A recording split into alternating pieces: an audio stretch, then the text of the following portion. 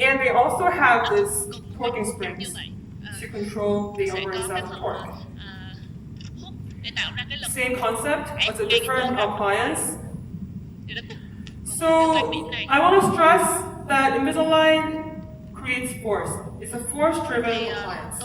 It's just not shaping the teeth as where we want them to go. So we're creating a force system to get a desired tooth movement. And they're all based on biomechanical principles in orthodontics. And the power wedges, so it's automatically placed in the clean check. We can ask the people there to place them, but it's automatically placed based on the angulation changes, inclination changes before and after treatment in the clean check. And the threshold of 3 degrees is the threshold. So if the incisor has to move 3 degrees, if the incisor needs more than 3 degrees of lingual report, a power wedge is placed automatically. And for the upper, you may have only one in the buccal side, or if you need more torque, they will add in the lingual too. So you can either have one or a set of power wedges, depending on the amount of torque that's needed. And this is just showing the different generations of clinical innovations. And I want to talk about G6. And G6 is the generation in which they invented the optimized attachments for extraction cases. So in this case, G6 was not placed. I don't know, but they have their own internal criteria for placing G6. But for premolar extractions, the first premolar extractions, they usually place G6. And what G6 does is, this is G6 protocol. So this is another patient that I planned for upper and lower first premolar extraction. And you can see that these optimized attachments are placed to control the angulation of the roots, not the inclination. The inclination is power wedges, but these optimized attachments are there to control the second order angulations. So, let me show you here. So it's for angulation control. So we call this part the active surface. So the force is applied to this flat active surface here and here. So we push, and this will create a moment to distally move the root when we are retracting the teeth. And also when we need to correct the angulation of the incisor, we have these optimized attachments to make a force to distally move the root here and here. And for the posterior, when we are retracting the incisors, the posterior teeth, the root should not move. So they should not mesially tip, right? So in order to prevent mesial tipping of the posterior teeth, they place these, let me show you here. So these optimized attachments are there to prevent mesial tipping. So force is applied here. So this surface is called the active surface. So force is directly applied perpendicular to this surface, active surface, here and here. You see the blue arrows? So the forces are applied here so that the crown will not tip mesially during the exposure.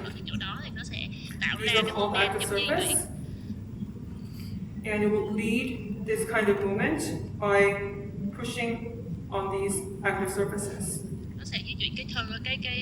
And a set of aligners, a set of optimized attachments here, pushing from here and pushing from this side will create this kind of movement to move the root distally from your protein space.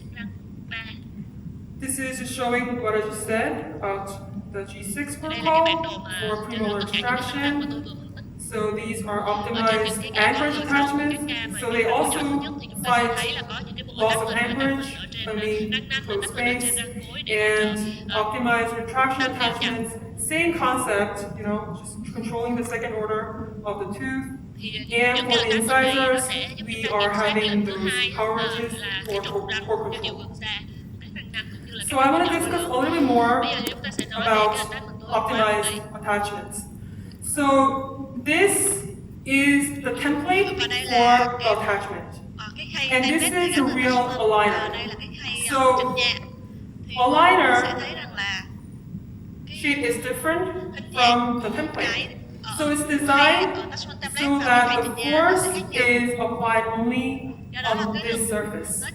So on the surface, there is room in the aligner. That's why it's designed bigger. So this is what an optimized attachment is.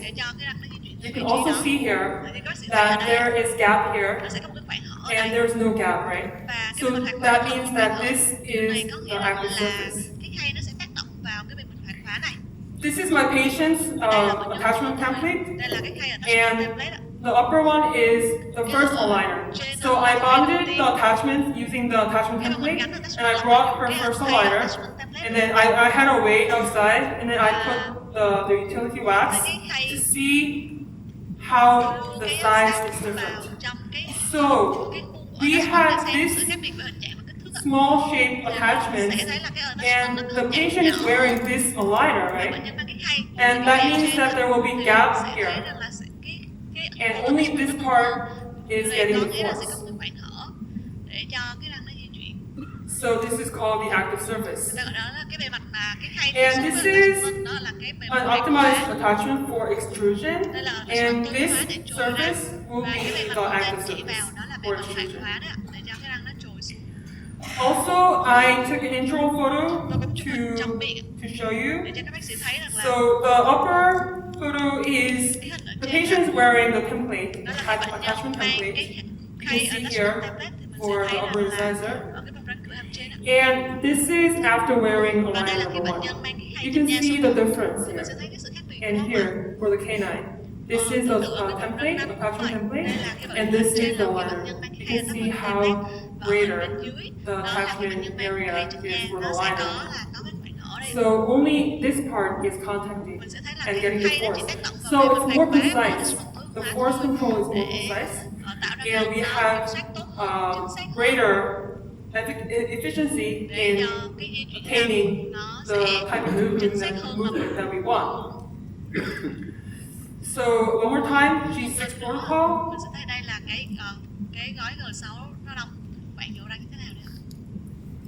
And if you hover your mouse over these features, it shows you what they are. And there are different types of optimized attachments. This one is for extrusion, and these are for rotation, and this part is the active surface.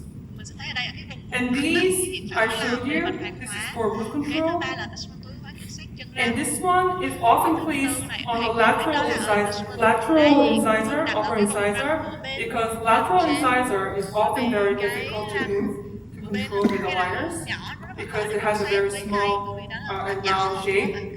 So the multiplane optimized attachments are often placed there. And also for deep bite correction, and this is for anchorage, for premolar extraction case. So this multiplane movement is possible with this attachment. And see that there is no attachment here, but there's a blue arrow, right? This means aligner activation. Yeah. There's no attachment, but they morph the aligner in this area to apply force to push the tooth from here so that we can rotate the lateral incisor. So you should know the difference between optimized attachments and aligner activation.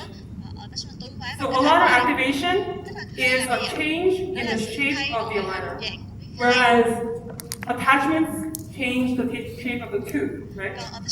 Aligner activation changes the shape of the aligner so that it applies force to the active surface of the attachment of the tooth surface. So it can be applied on the active surface of the attachment, or it can be applied just to a tooth surface where we want the force to be applied to. So in this example, this is the clinch check, and the attachment is designed like this. And this red dotted line is the active surface. This is where the force is applied to. And this is the shape of the aligner that is manufactured. You can see the difference in the angulation of this active surface part. The attachment is angulated this way, but the real aligner is made with an active surface of this angulation. So this means that there is a mismatch of the two active surfaces.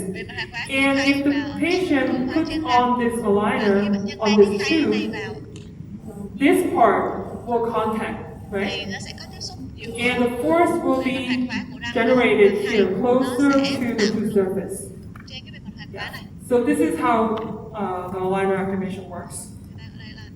So you need to understand that it's very important to bond your attachments with accuracy, because a lot of times, if you put too much resin on the template, attachment template, when you bond the attachments, they are not close to the tooth surface, but it's like kind of bulky, fatter than planned, and there's like a X-ray shape on the border of the attachment.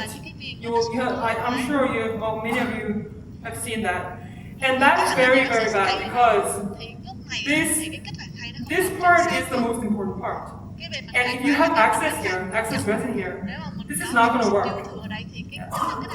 So you need to make sure that you don't over contour the attachments, because they won't work then. These are just conventional attachments. They don't have active surface.